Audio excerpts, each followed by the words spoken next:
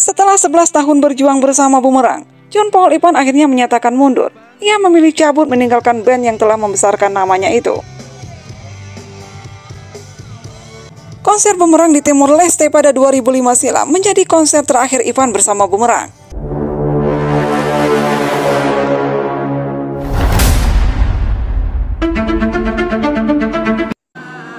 Sebagai macan panggung, Boomerang mendapat kehormatan dan menjadi band Indonesia pertama yang konser di negara baru tersebut setelah resmi memisahkan diri dari Indonesia. Konser ini terasa istimewa sekali karena Boomerang disambut langsung oleh Presiden Timor Leste Sanana Gusmao dan anak istrinya.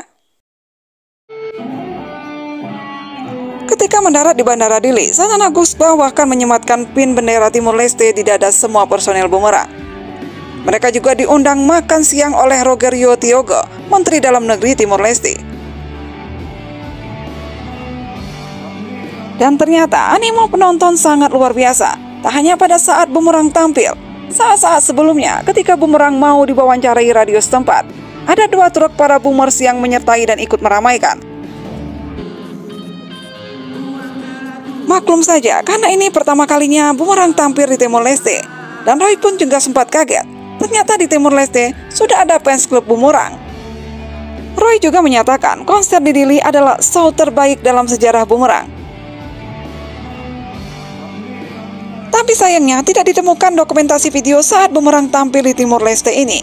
Hanya secuil gambar dari majalah Gatra terbitan 2005. Konser di Dili menjadi konser terbaik sepanjang sejarah Boomerang. Namun ironisnya, mereka ditindih beban bahwa itu adalah konser terakhir Boomerang bersama John Paul Ipan.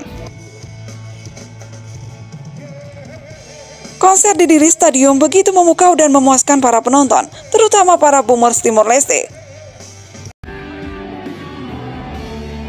Usai membawakan lagu terakhir Pelangi, Roy Jaconia mengumumkan kabar tak enak itu kepada sekitar 80.000 penggemar yang memadati Dili Stadium Timor Leste. Ini konser terakhir Boomerang bersama Ipan, ujar Roy Jaconia. Dan sontak saja, para boomers memberikan aplaus panjang serta teriakan Boomerang-Boomerang membahana mengisi seluruh ruang yang ada di venue itu. Gemanya pun sampai ke relung hati John Paul Ipan. Tepukan dan teriakan para boomers akhirnya menghancurkan dinding terakhir pertahanannya. Air mata John Paul Ipan pun tak kuasa tumpah juga. Ipan yang biasa selalu tampil garang dan beringas di atas panggung, akhirnya tak kuasa juga menahan tangis. Ketika Henry dan Farid Martin bergabung untuk memberikan penghormatan kepada penonton, Ipan masih menangis bahkan setelah turun dari panggung dan di dalam bis yang akan membawa ke hotel. Isak Ipan pun belum berhenti. Barulah setelah sampai di Central Maritime Hotel, sebuah hotel terapung di lepas pantai Dili, Ipan baru bisa tenang. Namun itu tidak cukup menghangatkan dan mencairkan suasana yang kadung kaku dan kikuk. Sebenarnya kekakuan ini sudah terasa sejak rombongan berangkat ke Timor Leste. Tidak ada saling timpal guyonan khas Surabaya yang biasa menjadi bagian keseharian mereka. Semua orang berusaha menjaga perasaan masing-masing. Roy juga mengungkapkan, suasana ini mempengaruhi persiapannya. Biasanya ia menarik napas dalam-dalam sebanyak 3 kali sebelum memulai lagu pertama. Sedangkan konser di Dili ini, Roy hanya menarik napas sekali saja. Roy pun sadar akan realitas yang ada di depan matanya, bahwa tidak ada yang abadi. Ia tak pernah membayangkan akan berada di persimpangan jalan, berhadapan dengan kenyataan bahwa Boomerang tak bisa selamanya bersama Ipan. Makanya sehabis show, Roy ingin malam itu segera berakhir dan secepatnya memulai langkah baru keesokan harinya. 11 tahun berkarir bersama, sudah lebih dari cukup bagi semua personel Boomerang untuk terikat secara emosi satu sama lain. Mereka menghabiskan waktu bersama, mengulik nada dan harmoni, sehingga lahirlah album-album Boomerang. Mulai dari Boomerang 1994, Kontai Manis Otak 1995, Disharmoni 1996, Segitiga 1998, Extravaganza tahun 2000, Terapi PC tahun 2002, dan Urbanistik tahun 2005. Sejumlah hits pun lahir dari album-album ini, seperti Kasih, Bawalah Aku, Pelangi, Generasiku, dan Gadis Ekstravaganza.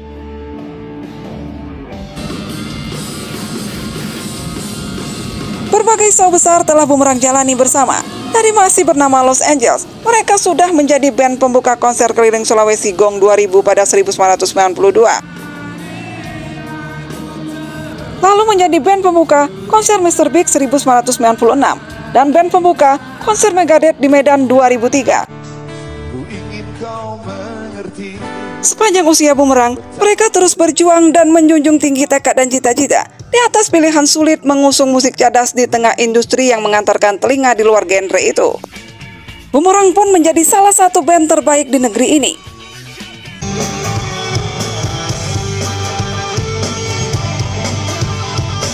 John Paul Ipan tidak bisa dipisahkan dari Bumerang. Dengan gayanya yang selalu memainkan melodi dengan gitar Gibson Les Paul kebanggaannya. Dan tentu saja sambil bertelanjang dada yang menjadi ciri khasnya.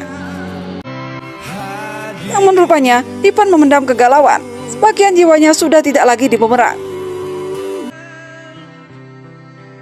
Bandnya ini dirasa tidak mampu lagi mengakomodasi kreativitas ataupun ide-ide baru yang keluar dari dirinya. Padahal band inilah yang diidam-idamkan Ipan sejak dulu. Sebenarnya, Ipan sudah ingin keluar, tapi mencoba bertahan sampai album Urbanistik. Sebelum benar-benar cabut meninggalkan Bumerang, Ipan sudah 2 kali menyampaikan rencananya untuk mundur. November tahun lalu, tepatnya di tahun 2004, untuk pertama kalinya, rencana mundurnya Ipan ia sampaikan. Ketika rekannya pun sempat kaget dan menganggap keinginan Ipan itu untuk mundur hanyalah bagian dari siklus sebuah band ketika muncul kejenuhan. Roy cukup dibuat kaget dan tidak bisa menerima rencana Ivan itu. Bahkan Roy sempat mengancam kalau ada salah satu yang keluar, Bumerang bubar saja. Makanya Roy menyarankan untuk Ivan agar refresh sejenak. Sang basis Hubert Hendry menyarankan Ivan untuk mengeluarkan album solo gitarnya saja dulu untuk mengusir kejenuhan. Namun usulan-usulan rekannya itu belum satu pun dijalankan Ivan pada saat itu. 2 bulan berselang, Ivan kembali mengungkapkan niatnya pada Roy, Farid, dan Hendry untuk keluar.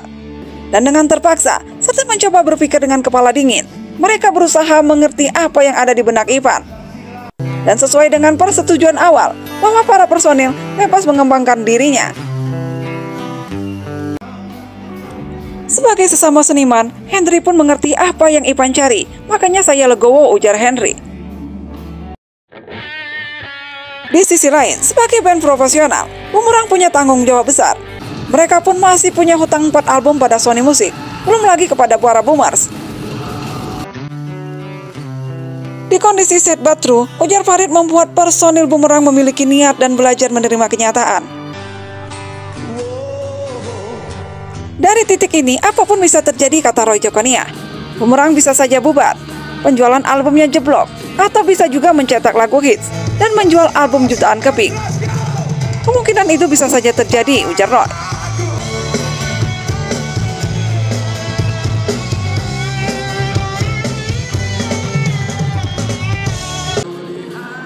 Keluar dari Bumerang, Ipan sudah siap menerima konsekuensi, termasuk menerima honor kecil tak seperti saat bersama Bumerang.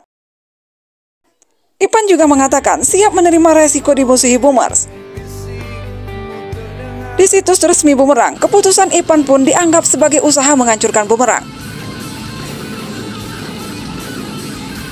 Terdengar juga kabar ada boomers di Medan yang sampai 3 hari tidak keluar kamar karena menangis melihat perpecahan di tubuh Bumerang itu. Selepas Ipan keluar, personel lainnya harus mencari gitaris baru. Tapi Roy tidak mau menggunakan istilah gitaris pengganti. Karena bagi Roy, sampai kapanpun Ipan tidak bisa tergantikan. Skill dan sound Ipan bisa saja ditiru, tapi penjiwaannya tak bisa disamai. Usai Ipan cabut, Bumerang pun menerapkan pola 2 gitaris. Seiring dengan itu juga, konsep musik pun akan berubah. 11 tahun mendengarkan sound gitar Ipan, Sekarang saya harus mendengarkan bebunyian baru, ujar Farid Martin. Tak sampai di situ, Roy dan kawan-kawan akan merombak manajemen bumerang. Kondisi bumerang akan kembali ke titik nol lagi. Dan saat ditanya kemungkinan Ivan ingin kembali, bumerang welcome saja, ujar Roy.